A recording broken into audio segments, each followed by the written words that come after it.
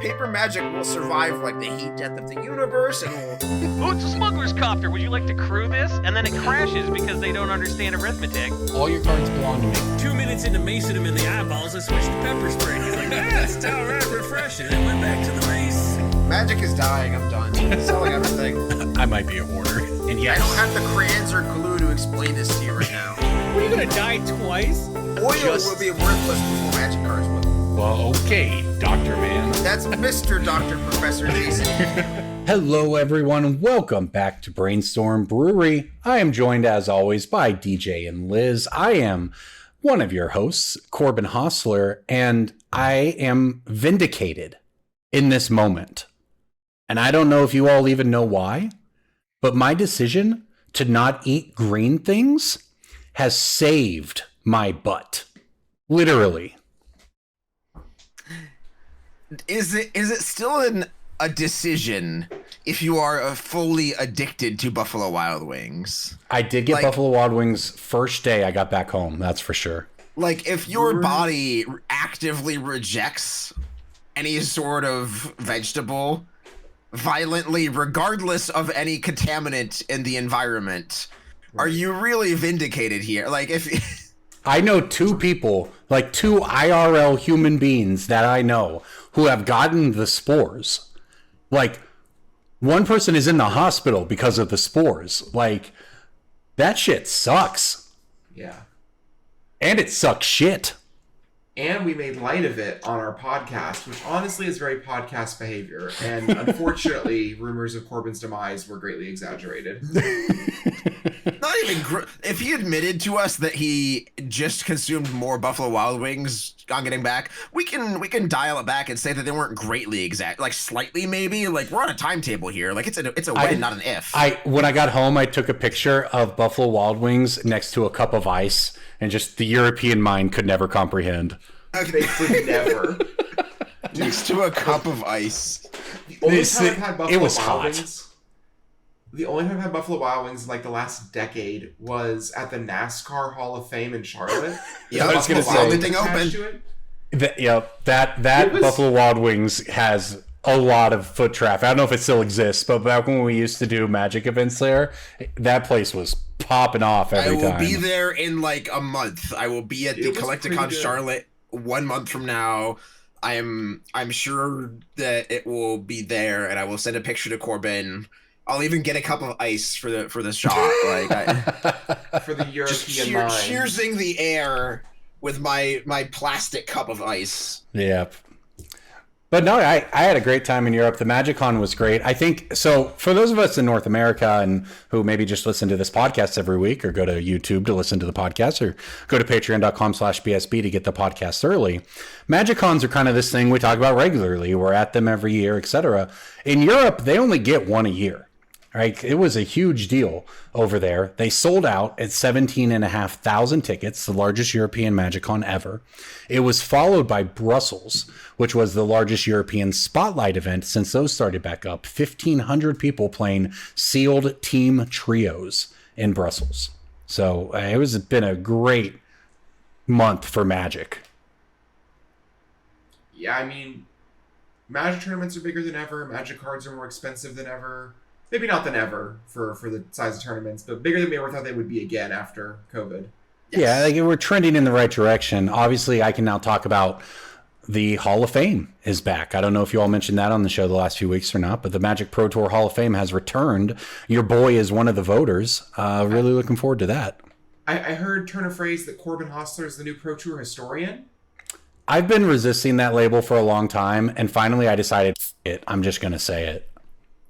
I think you're worthy of it. I think it makes sense. I think you're a red or white legendary creature. You're a Pro Tour historian. Name 3 promotionals. Yeah, there was some. It's the Mark Justice ESPN spotlight. The one with the wizard, the Ice Age commercial. Ooh, that's a good one. And the one that had Sir Mix-a-Lot. That's my third favorite promotion. The Sir Mix-a-Lot commercial was insane. You remember this, DJ? No. They got Sir Mix-a-Lot for a Magic commercial, and it was like, the world will know. The know. world will know. And at the end of the commercial, it's just like Sir Mix-a-Lot, like bobbing his head up and down, and like the Magic logo fades in. That is the one meme that like is ostensibly making fun of organized play or whatever that I fully subscribe to. It's pretty funny. The Mythic Invitational is what that was from. It's when we became esports. The tagline was, "The world will know." No, and the monkey's paw curl, and it's like the world knows you as a joke, as an actual joke. Well, now we're sports cards, is what I've heard, because Star Trek, of all the reveals that happened at Amsterdam, and they're amazing. We saw all the in-universe sets for 2027. Merfolk coming down the pipe with Noctis. We're going to have Kamigawa, Kaijus versus mechs. That'll be awesome. Noctis was in Final Fantasy, wasn't he? And Zalfir. Do what? Noctis was in Final Fantasy, wasn't he? Yeah. What's the name of the plane? It's Noctis. It's the same. It's just spelled differently. Okay. So that one will be neat. But also they revealed that the Star Trek secret layers, or Star Trek sets, the collector boosters, will come with around 200 each signed cards, like hand-signed cards. Actually signed, not like... Corbin. As my son would say, on card, not stamped. I beat this horse, because let me tell you, this is hype. I love this. I love Star Trek. We have 3 confirmed now. We have Kate Mulgrew, we have William Shatner, we got Patrick Stewart. My like long shot, because they're not all captains. I think we're gonna get a John Delancey. John Delancey's always trying to sign something. That dude's always looking for a quick buck. He is, for those who don't know, who is that? John Delancey is Q in Star Trek. Love that guy. I can't Maybe tell Data? if anyone knows who I'm talking about. No, I do. Data might do it. Brent Spiner, he's chill. We might get a William Riker, although I don't know. It's a question of how much they want to double and triple dip on TNG in the original series. Yeah. I think we're like 50-50 odds to actually get Avery Brooks. Like, I don't know if Cisco would do it. So these are really cool. Yeah, look at that. Shirt. For those on YouTube / Brainstorm Brewery watching, Liz showing off the shirt.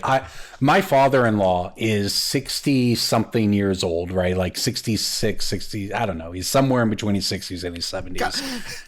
He saw this, and I sent him this, and he said, I would really like one of those. Like, this man would love to have a signed Jean-Luc Picard Magic card. And Did you tell him how much they're going to run? I told him they were about 200 in the world, so they might be kind of expensive. But who knows? Maybe I'll find one. He's got racist money. It's fine.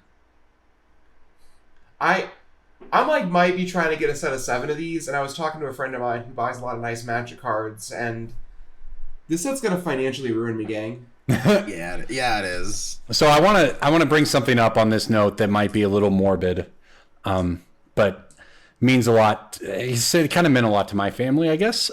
Sam Neill died in the last few weeks. Who's that? For those who don't know, it's Alan Grant from Jurassic Park. He's obviously in many, many, many other movies and films and TV shows and whatever else over the decades. Shout out Event Horizon. I was about to say Event Horizon's my favorite Sam Neill film. Yeah, he died. And immediately I go, oh, that's sad. But what I should have done is rush to TCG Player and buy the Magic cards with his face on them, because they all spiked in price. And I cannot help but think, as the Star Trek set is releasing, that William Shatner is 95 years old. What? He's also, for what it's worth, Corbin, one of the things about signatures in the Star Trek space is that Star Trek conventions were some of the first times that people could go and meet celebrities and get stuff signed by them, like, regularly. So William Shatner has been signing a ton of stuff for, like, 60 years. So that is one thing to note about this specific thing. However, that's true. Patrick Stewart hasn't signed nearly as much stuff, I'm going to guess. Yeah, and I think obviously that it's, like, gross to think about it like that, but, like, that to your point. Where does it put me on the millennial Zoomer scale that when I think the name William Shatner, I think Priceline? It's Shatner. And also that makes sense. He had a great run as a Priceline negotiator. You said Shatler. I said Shatner. No, I literally Googled the name to make sure I had it right before I said it. I said Shatner. But then you said Shatler. You did say Shatler. Check the tape. Check the tape, JJ. Can we get a playback of that? William Shatler, I think. One of my favorite Please roles of him- play it back in 1/10 speed. not like slightly slowed down, just like 1/10. Make it take like 10 full seconds of the other humans' lives who are listening to this. Like, Oh man. drag them into the swamp with me, please. I didn't realize how old he was until I Googled that. 95 is crazy. Possibly One of my 94, favorite- but yes. One of my favorite He was William Priceline negotiating when he was 75. What the? Yep. Boston Legal, he was great on that. I've watched most of Yeah! Boston Legal from TikToks. I remember that. I've never seen a full episode. Patrick Stewart is 86. Yeah. So, like, yes, again, not to be mourned about, but these things are not far away. And now we have proof of concept with Sam Neill that the cards are going to explode when that happens. And I really, really hate to say that that's a good way to make money, but you would make money doing it. Wait, so hang on. What's the EV on hiring an assassin to kill Chris Pratt now? Because he's on like 3 magic cards. For no reasons I won't engage with that. I assume you mean, yes, that's the one, right? Yeah, Chris that Pratt guy a is on a crispy lot of rat. them. Yes. Yeah, he's 47. Right. We can. There's ways to speed up timelines. I'm just saying. We have the technology. We have the spores. An assassin who just like sprinkles bad lettuce on someone's food. The Taco Bell assassin. No, that's Corbin. No, we went over this. The Taco Bell is not at fault.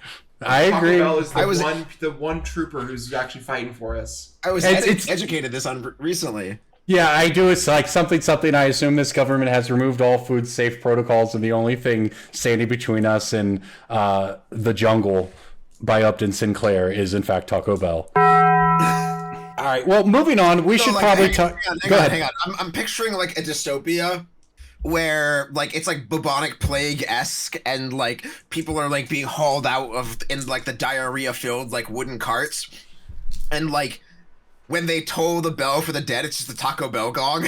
Yeah. Live Moss, because you might not see tomorrow. Holy. I actually saw a TikTok video going around the other day of somebody who went into fast food restaurants and shouted their logo, their like slogan at the top of his lungs. And like Taco Bell employees were like, "Fuck yeah, Live Moss!" And like some of them were pretty into it. And then there was, I don't remember what place it was, but one place just like immediately kicked him out. And he like stopped to explain what he was doing. And they were just like, "Nope, go." And it's like, how are you so bad at? I get you're just a random store manager, but like the Taco Bell employees screaming back, "Yeah, Live Moss," makes me want to go to Taco Bell.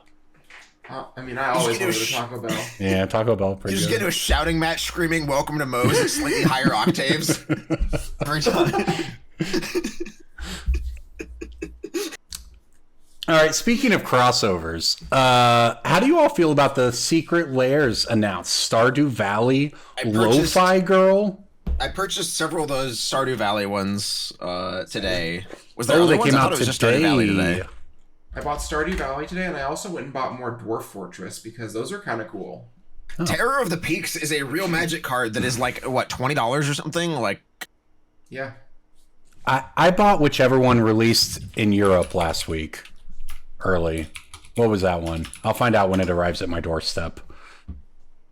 yeah, on a bonus pick of the week. The Dwarf Fortress Terror of the Peaks is $20, and I don't understand the emotional resonance with this. I'm sure it's a very cool game for people who have diarrhea problems without the spores. Like, I'm sure if you're just like at that age where that just happens to you naturally, like I'm sure this is a great secret lair. But like, the card's just good. Like, even if you just like don't care about the pixels, like you just want to put a cheap big dragon in your deck that does all the things. Like, the card is $20. DJ, what year do you think Dwarf Fortress came out? I don't know anything about this 87. game. This looks More like some recently Atari. than This looks like some like Atari like 2002. You have died of dysentery bullshit. No, like 2000. Okay, it says 2006. 2006 it released, yeah. what Why? The retro game We had renaissance Super Mario happening. Sunshine then. Like, what are we doing? No, wait, okay. It's an indie studio game, bro. Good for them. I've never heard of Somebody it. just like went like, what if we made something that looked like even worse than Undertale like 5 years before that You came play out? old school RuneScape. It's you literally play old school RuneScape, bro. Okay. Instead of being like, hey, what if we put all of our budget into like 3D graphics and make our shit look really fancy? What if we just made a good game? Fire Emblem, bro, pissing me the fuck off. Sorry, there's no branching plot lines. It's not a dating sim for half the game. Lo-Fi Girl Secret Lair, though. That one didn't come out yet, right? I didn't buy it. No, it's not out yet. Okay. Well, the theory going around is that the obvious card to put in it is, of course, Ristic Study, and that card is not in it. They have Careful Study as sort of the mainline one instead. Bonus card? Bonus card could be. That'd be sick. You could have like a Library of Lang be the normal bonus card, then have the rare one be Ristic Study. That would be very, very... Because, like, I think building a Secret Lair deck of all rare bonus cards, you have, like, Smothering Tide, Mr. Krabs, you have, like, Subtlety and, like, the Elementals. Yep. There's some stinkers in there, but, like... Are there any There's some lands in that spot? I can't think of any good Secret Lair bonus cards that are lands that are not... They've done basics like forever ago, back during the first Secret Lairs, but like you have a couple of the couple of good artifacts from like the schematics ones, right? Yeah. There's I guess Reliquary Tower is like a Fallout one, I think, or maybe it's Brothers War. Reliquary Tower is like Brothers War or Fallout, like schematic, or you have Mana Vault as the Fallout one. That Mana Vault's so expensive now. Snapcaster Mage. Do you know how expensive that Mana Vault is? It's like $3,000, isn't it? I don't know. Make up a number. Like TCG low is 5, but like, sure.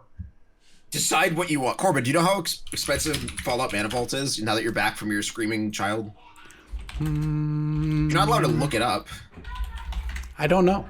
I actually have no clue. I don't even know what a normal Neither Mana does Vault the is rest worth. of the world, because TCG low is 5K. Make up a number. You get to decide. Like, oh, there's an LP for $4,200. Christ. Last sale, 17 market price, like $1,800. Not, yeah, there's no actual completed sales with the new number, but like, not good data. Not good data, I'll tell you that. I mean, but there is a sale at 2,500. Yeah. sure, you can find one on Card Market. Honestly, I might buy this one on Card Market. Yeah, we're really Slab entering this 9 time for, where like, these 2,800. Yeah, we're in this time period now where these scarce cards are just and of course it begs the question, in the year 2026, are we all missing the boat by not stocking? Like, should we just be putting Marvel collector booster boxes in the closet to watch them do Final Fantasy numbers? The question, as always, is would you rather own an Unlimited Black Lotus or equivalent value in Marvel Superheroes collector boxes? And It's maybe now the collector boxes are better. Final Fantasy collector boxes, cheapest are now 1,700 on TCG Player. Yeah. That is... Last time we talked about this, I went and bought I think I bought like 13 boxes at like $1,200 a piece because I just wanted to have Final Fantasy collector packs in my store for the next 6 months to a year or whatever, and immediately was rewarded because I don't know, they're not going to print more of these. The thing I've been saying to people is the cards inside the boxes are not reserve list, but the collector boxes are. Yeah, that's true. Yeah. I do. The golden chocobo, like the chocobos, are effectively reserve list. Effectively, yeah. I think Star Trek might be a really good one to put back. I know that's right. Yeah, like it's a little unfortunate because, and I got to get this memory out of my head, but I remember buying 4 Duskmorn collector boxes at $225 each, and they are now $600 to $700. They're $700 each, and I don't mind putting. I don't mind putting 5. Do what? Oh, Corbin's just yapping. Don't worry about like, every time you mention the number 6 and the number 7, you just get sniped. Okay. You just get bullet in the head. You get fair enough. obliterated. But like when they were $250 a box, hell, $400 a box. That's the kind of number where I don't mind throwing them in my like. I'm going to spend $800 and not think about $800 for 5 years or whatever. I'm not trying to do that with like $3K. You know. Let me ask you a question, Corbin. No cheating. Yeah. What do you think a collector box of The Hobbit is pre-selling for, and how many do you think are selling per day? Well, I've seen the image going around where they're pre-selling around 800. I don't know how many are selling per day. Probably a fair amount. Like 15 or 20. 16 per day is what TCG Player says. Ooh, I was spot on. I can tell you all that Lord of the Rings cards in general have been moving well online, not just like my own anecdotal experience, but like that is actual information coming from large scale websites. Lord of the Rings stuff is moving in advance of The Hobbit. I think The Hobbit's going to blow Poster for The Ring is like around 3K. Yeah. For non-serialized, which obviously, but like just like these are Final Fantasy numbers, like already out the gate pretty much. Yeah, The Hobbit it's hitting at the perfect time. I think it's going to go so hard. After Final Fantasy, Spider-Man came out, and Spider-Man collector boxes were pre-selling for like $700 in some places. Obviously, that set wasn't good, but let's say The Hobbit is a smash success. What do Star Trek collector boxes pre-sell for? Right. 750, 800, 900? Hard to say. Maybe 1,000. We might see an era in which there's a collector box that is $1,000 on pre-sale. Like, there's a lot of strong IPs out there. Probably none as strong as Final Fantasy and Lord of the Rings and Star Trek, but like, what happens if we get the Legend of Zelda crossover people have been talking about? Yup. Because Hasbro has a partnership with Nintendo for that now, right? Yes, they announced that, and that is a Hasbro partnership, as we know now, which obviously means, would it make sense for them to release Zelda Magic cards alongside the Zelda movie? You better believe it. I mean, I'd buy at least one Zelda collector box. I don't know. That's why I would like to get to a point where I can at least buy one of each of these and put them in the closet. Because they're just so good. So, like, Minecraft has to be another huge IP, right? Like, that one's... like waiting in the wing. It's not like obviously it has a movie, but like it's not as I don't know. It's like a bigger game, but not as I don't know. I don't know how big Minecraft is. I know it's big, obviously. We can keep doing this. How about a MonsterVerse set? That'd be lit. They dipped their toes into Godzilla cards, but I talked about this with DJ, I think, a little bit last week.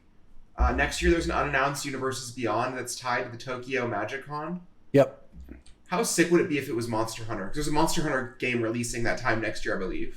Oh, interesting. I think most people are just assuming it's Final Fantasy. Yeah, they pulled back the other one because it had problems. And so they theoretically could have, like, fixed the problems and iterated and, like, we're going to do it right this time. And then it blows everything out of the water. I really hope that whatever the UB is that's tied to MagicCon Tokyo is something that is very popular in Japan, because I think that would be so sick. Like, I kind of want to go to Tokyo for a MagicCon. I've never been to Japan. Me neither. I'm hoping that, nothing changes in my employment situation over the next year such that I don't get to go to Japan to cover this event. Not that I would expect anything to change, but I am really hoping to go to Japan, and I basically don't want to jinx it by being like, I'm going to Japan. Can we do, like, a Corbin Goes to Japan TikTok white guy series? Like, yes. If I'm there, I'll film it. Yeah, we could definitely, yes, that would be good content. I'm very excited for that, I'll say that. But yes, I think that it is almost a guarantee that if they're springing for Tokyo, which is enormously expensive, it's been years since we've been to a Pro Tour type event in Japan, that it will be tied to something in Japan. And I think most people are assuming Final Fantasy, because we're 2 years after, it'll be 2.5 years after the first Final Fantasy, or I guess 2 years exactly, maybe, which would, kind of place that in the schedule for them. So yeah, we'll see. It's going to be 2027 is going to be so hype in Magic. And just to add a little context to this, the CEO of Hasbro, Chris Cox, came out and said that we view Magic as, basically a lifestyle, a mega brand. I think he said, a mega franchise. This thing that is not just the cards. That is going to. It's basically become the tentpole of Hasbro. But Marvel set day one and month one sell records. He also went out of his way to note that people were reordering, seemed like maybe to head off they're only selling to distributors and no one actually likes this. Yeah, that was the New Yorkification thing was the big like rallying point of the anti UB crowd of like, well, yeah, asterisk, technically Spider-Man's the top 3, but like everyone's holding a bag, and like this Hasbro call, he specifically said they are not just holding the bag. People are reordering and like continuing to sell more products of this. So like, and they also mentioned like avoiding the New Yorkification thing of like, yes, these sets underperformed our expectations. Even if they did well, they underperformed expectations. So like away from New York TMNT stuff and towards the likely Star Wars Zelda like fantasy-ish stuff. Yeah. Well, I'm going to throw this out there just on that note. When they're not, Wizards does not work with individual IPs, if that makes sense. Wizards doesn't work with Star Trek and with TMNT. They work with Paramount. They work with Paramount. Right. So if you're Paramount, it's Paramount. Paramount owns Nickelodeon. I'm saying like also they don't work with Avatar, they work with Nickelodeon. You're right. I'm saying like you're right. Yeah. That's Paramount. Oh, whatever. Yeah. So that's the point though, is that when they are having these high level discussions with partners, it's not always about one set. And that means the partner also has some amount of feedback, right? So like you can imagine a world where Paramount says, yes, you can do Star Trek, but we also want to use this opportunity to promote Avatar or TMNT. And there is, so like the idea being that you can have, Paramount has all 3 of those. There are just 6 companies, aren't there? Yes. Yeah. So there's a lot of this, it's truly a partnership going on. So the idea being like using Spider-Man is not a great example because Spider-Man sucks because the cards suck and we all assume it was meant to be a different release, etc. But like, something like a TMNT underperforming expectations or just kind of being mid or whatever is not necessarily bad, because if you're Wizards, it's not TMNT and Star Trek, it's TMNT and Star Trek. You understand? Like you're looking at the partnership with the partner as a whole, not necessarily the individual IPs within it. It's Marvel and Star Wars. Right. Yeah. All the mouse. I hope I didn't and just with manifest something. Well, what we may as well we'll get into this after Breaking Bulk, but let's do Breaking Bulk right now. Breaking Bulk time. All right, Corbin's gonna be rusty. He needs time to load the brain. I have a hot and ready one, sponsored by Little Caesar. No, I'm just kidding. But it's a rare from Magic 2014 core set 2014. It's red. And that's what I'm gonna give you. It's a red rare from Magic. Scrambleverse. No. Is it the 3/2? No. For 3. Okay. It's not a creature. It sounds like. Based on I how don't fast know that what mill core was. set you were wrong with, Corbin, but you were wrong about the Scrambleverse is a sweet card though. Yeah, I don't know. It just came to mind. I think it's 12. I think so too. Yeah, it is. Yeah, I just looked it up. Ooh, is it the Burning Earth? It is Burning Earth. Ooh, Hell good yeah. one.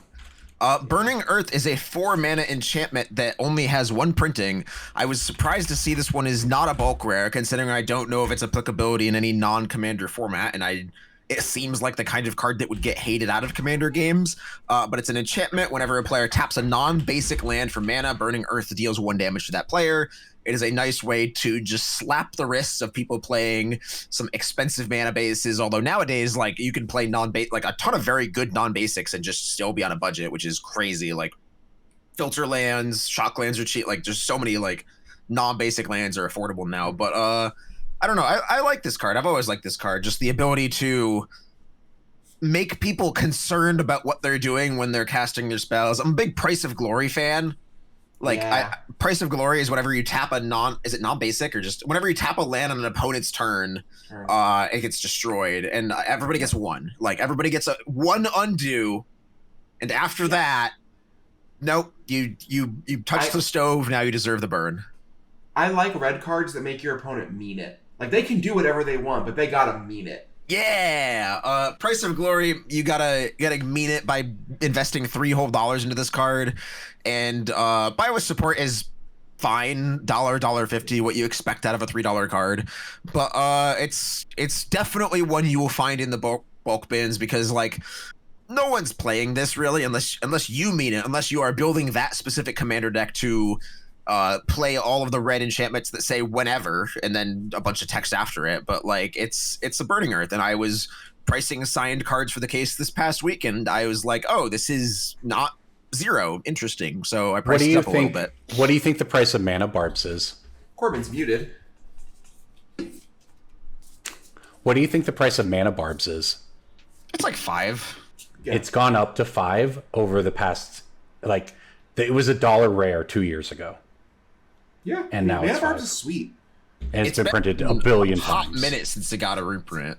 True, it's been printed a billion times, but they are Magic 2012. I think was the last. Like all of the reprints are less 30th than, anniversary edition, but yeah. I got a nice one for Breaking Bull. Corbin might get this one actually. Maybe. It's a Mirrodin artifact uncommon. Genesis Chamber. No, Mirrodin proper.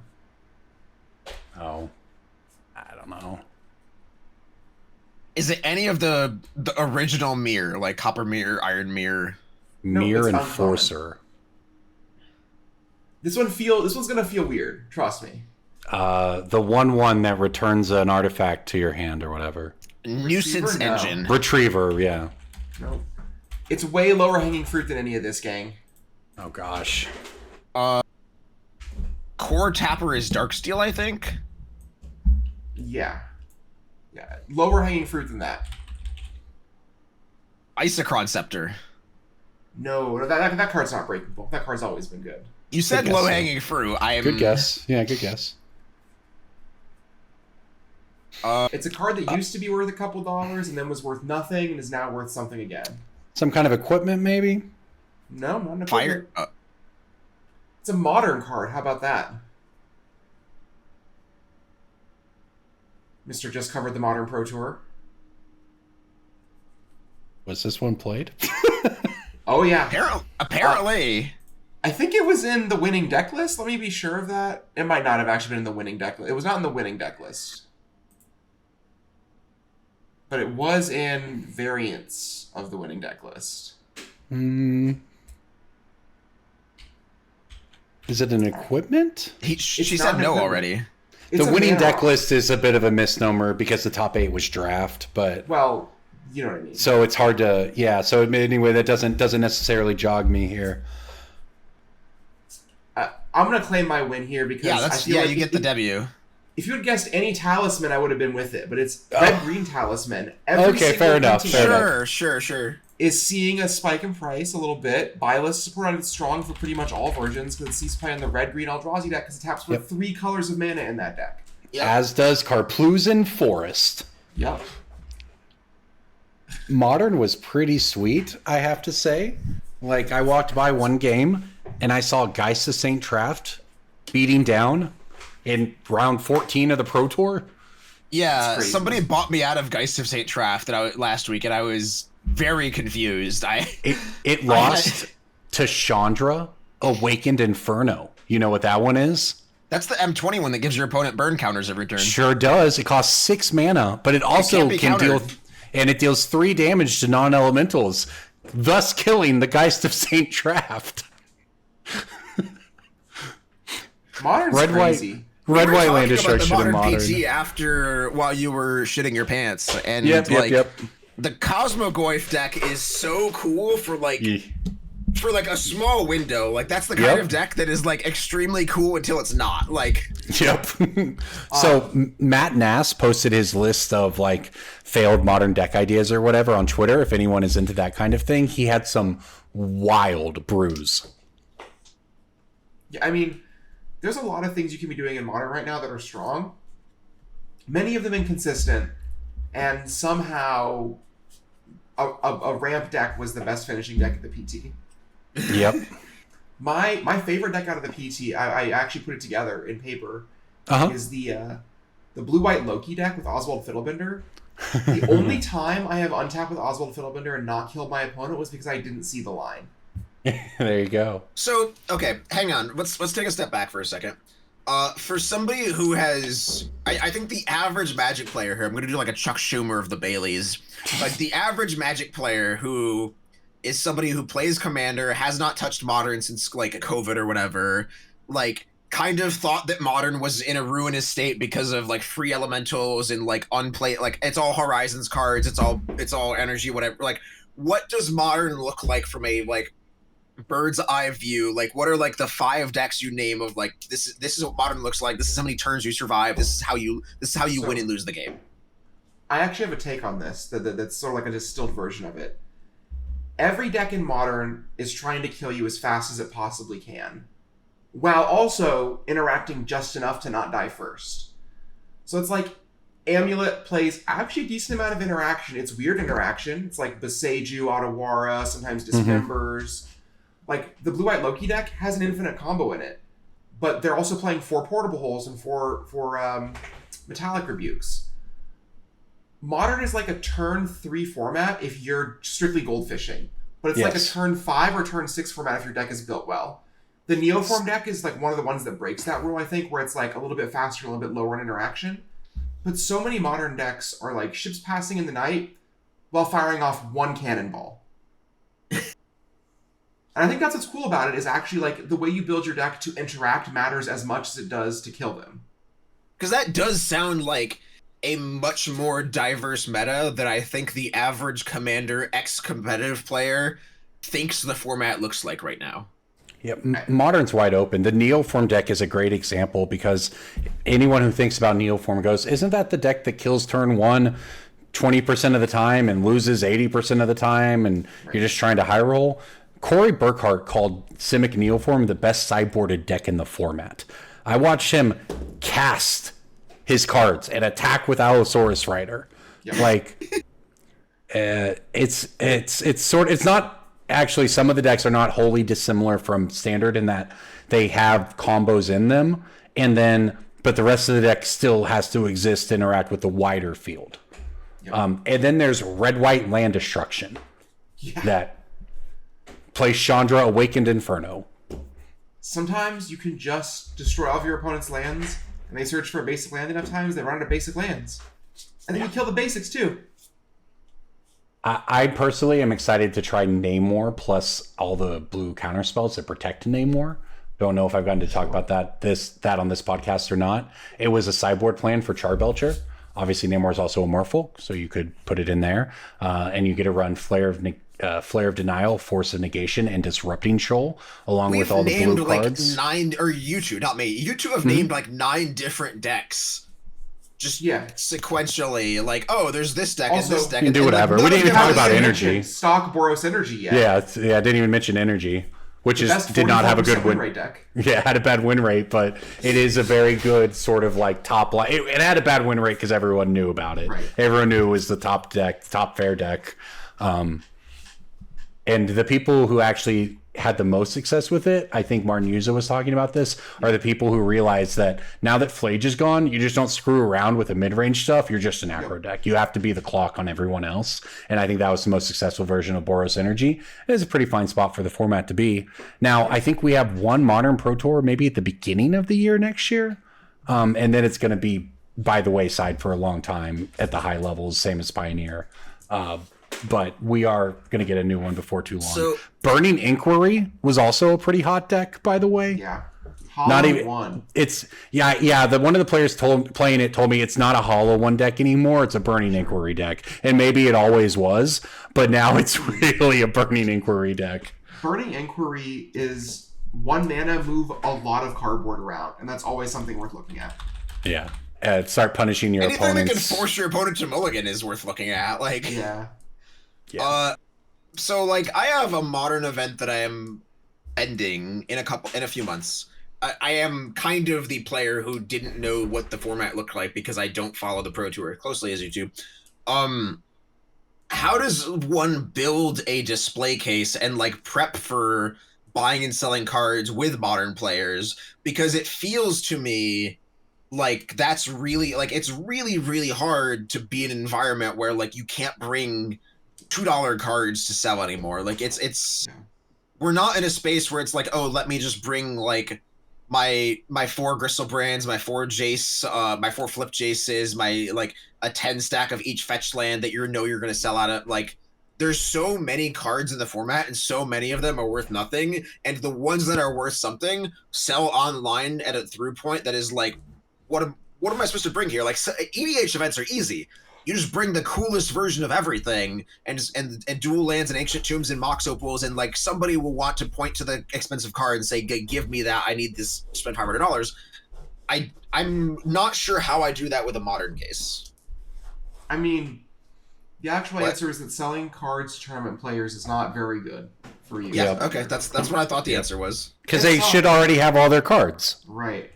The cards they need to buy are the cheap ones, and so realistically, your best bet is someone trades their modern deck into a CEDH foil. I think you just bring you bring your expensive stuff and hope you turn over like, you know, enough percentage of your case in weird trade-ins that it makes the weekend worth it. The third secret answer is you just don't vend a modern event. Yeah. Okay. I mean, it is attached to a pre-modern event, which I think that's huge. Is more profitable. That is why I'm going.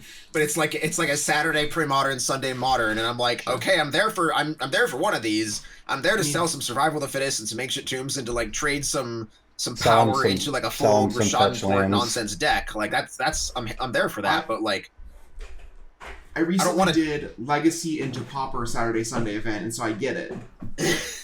I'm not about taking Solitudes out of my catalog inventory and putting them into my case inventory and then putting them back into my catalog inventory when they do not sell on the weekend. Like I'm not about that life. I'm going to pop in with a little twofer here because it is both time for Pick of the Week and it's time for my Breaking Bulk that we skipped fast. Pick of the Week, Pick of the Week, Pick of the Week. Time for the Pick of the Week. Got off on a tangent there, but I have a Kaldheim multicolored uncommon. Okay, so there's like 10 choices.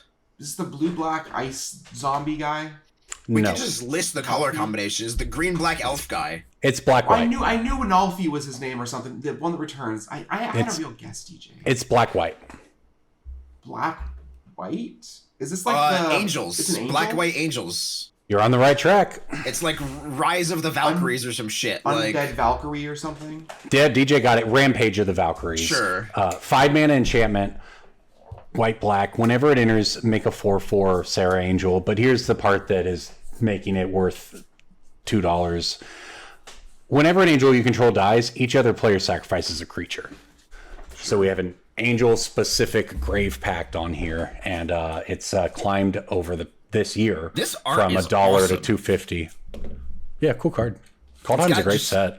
Angels like flying over a destroyed, desolate landscape with lightning in the background. It looks like it's very cool. Kaldheim, somebody's wearing this on a set. t-shirt and very proud of it without knowing it. All right, so on that note, let me get you my Pick of the Week, which I lost. 1 second, JJ. Pick of the Week. While Corbin fumbles for his Pick of the Week, I'm going to do mine, because mine's kind of a hot one, and it ties into my Breaking Bulk. It's also a card that provides 3 colors of mana, and it's better than Carpulsan Forest. It's Grove of the Burn-Willows. Yes, that was the big one. Every single printing of this card, currently buy list for more than TCG low, as of the time of recording this podcast. Both versions from Edge of Eternities, Iconic Masters, and Future Sight all have buy lists a little bit higher than TCG low. I have never seen either of these Edge of Eternities artworks for this card. They're nice. And you know how They're I knew very the prices pretty. on the buy list? Edge of Eternity's stellar sights is like Time Spiral and like Legends in that they keep adding cards to the set after it's been printed. I was trying so hard to ad read. Sorry. No, it's okay. Now it's funny because now we've talked about it and it's meta now. And you know what else is meta? Sponsor of this podcast. I almost said Brainstorm Brewery. Sponsor of this podcast, parentheses, Brainstorm Brewery, comma, mtgband.com. I found out the information about buy lists on these over the Burmalos on one convenient webpage on mtgband.com. It's a tool for vendors, people who just want to keep up with pricing information, and also people who just want to make enough money to make the game more affordable. mtgband.com and the tools, the upload sheets they have, all of the stuff, the newspaper, the Discord, all the information you can get from MTGBand makes playing Magic cheaper, can make you some money, and you can support the podcast by using code 50BSV for 50% off your first month.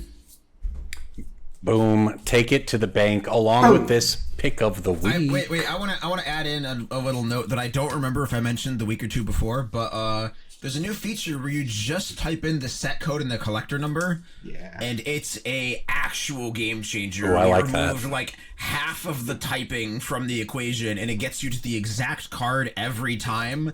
So you just type in like EOS 152 with a space, and that just brings you to that Grove of the Burn below. So if you're looking at that card on your desk, any card with an easily accessible collector number and a set code, which is 90% of Magic cards nowadays, is just at your fingertips. You just get the information, you toss in the little ampersand or the asterisk for foil or non-foil. Oh yeah, the mystical archives, it's sort of like relevant.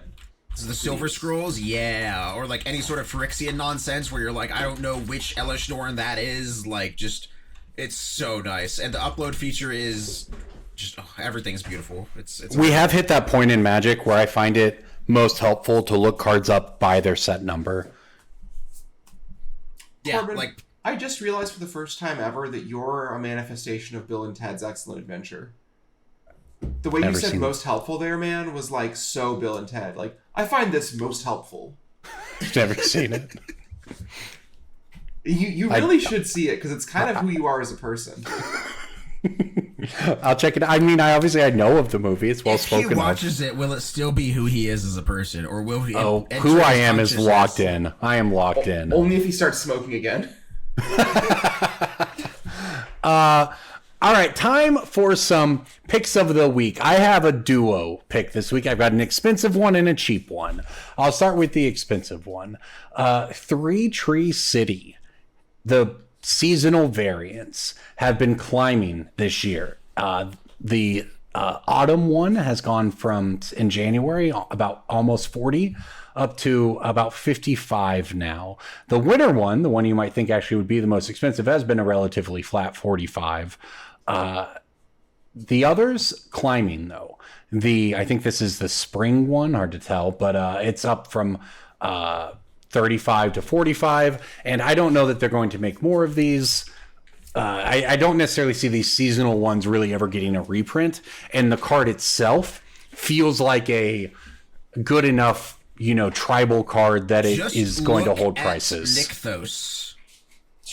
Just look at Nykthos. Yes. Or Cabal Coffers. Pick your poison. Like it's worse than Nykthos, but not by much. Doesn't have to be worse. It can just be more popular because it's like it. Right. It goes in whatever bungus you're doing, whatever little guy you're doing. Like, notably, it's better with tokens than Nykthos. That's like actually a really big selling point for me on Tree City. Where like if I have 10 Goblin tokens, Nykthos makes me no mana. Tree City makes me 10. Yep. Yeah. My cheap one, I'm going to throw this out there, also from Bloomborough. Valley Rockcaller has been creeping up because it's a squirrel, and all squirrels have been slowly creeping up. And it's one of those cards it's gone from 2 to almost 4 in the past couple weeks. It also happens to have Warlock on the text, and it also includes bats, lizards, and rats. Just kind of a generically good card with an appealing looking chart. But really, I'm looking at those Three Tree Cities this week. Sure. DJ Liz, what do you got? You can't say, but you can't prompt both of us. Yeah, well, I can't go wrong that way. Whoever speaks, I'm right. Out there. I will call Corbin a slur off camera and then add my pick What's of a the good week to the slur for podcast. Corbin? I think you nailed it with the movie reference earlier. Oh, is calling him a Bill and Ted a slur? I think so. It's Corbin fine. looks It's so moisturized in his lane right now. We can't hurt him in a way that matters. I won't lie, I'm feeling pretty good about having gotten back. Everything seems to be going well. I always get jazzed after these Magic events, especially when it comes along with a week at the beach in Italy. Well, you know how you can check your current health with a Pip-Boy 3000. That is my pick of the week. That's true, your rad that levels. Was fucking smooth. Yeah, check those rad levels. Pip-Boy 3000, obviously a Fallout card. It is a one-mana artifact equipment. Whenever equipped creature attacks, choose one. You either draw a card, then discard a card, put a +1/+1 counter on the equipped creature, or you untap up to 2 lands. It does not say basic lands. You can target Gaia's Cradle with this card, or you can target 3-Tree City with this card. That's a great pick. It's a $5-ish card with a Card Kingdom buy list of $5. So if you ever want to get retail for them, which I don't think you should right now, I think you should list them at $9, which is what Card Kingdom is selling them at, and then just wait. You can check the MTG ban graph on this card, and TCG low used to be like around 3 at the start of the year. It's climbed to around 5, and I know there's a lot of hubbub about the current Universes Beyond, all of the Hobbits and the Star Treks and the theoretical Zeldas and the Stardew Valleys. Fallout is around 2 years ago, so like the set is a little over 2 years old. It is going to disappear into the void of just things that happened a while ago. And we will blink and our Pip-Boys will be worth twice what they are now. And if you want to verify that, timestamp this, set it as your ringtone or whatever so you don't forget it, and then like check the data on the spreadsheet 6 months to a year from now. I am pretty confident in this one. It's been very slowly and steadily creeping up this year, which makes it just in a perfect spot to either do that or hit that inflection point where it doubles in a week. Yeah. Great pick. I don't know if you all caught the trophies over the weekend in Brussels, the marble gauntlets. Yeah. I did not. That the winners had to handle with gloves. Yeah. Thought that was very funny. We're handing out precious gemstones or semi-precious gemstones as Yep. trophies now. It's a weird world. Yes, it is. But it is a world that's better when you spend it with us here at Brainstorm Brewery. We appreciate everyone for listening. We appreciate everyone who joins the Patreon at patreon.com/BSB, hangs out with us in Discord, and of course a shout out to our generous sponsor, MTG Ban, which both is a boon to this podcast and to the work that all of us do. So shout out to them as well. We cannot thank them enough. And we cannot thank all of you enough for listening this week. We will see you next week with the whole crew back again. Thanks for listening.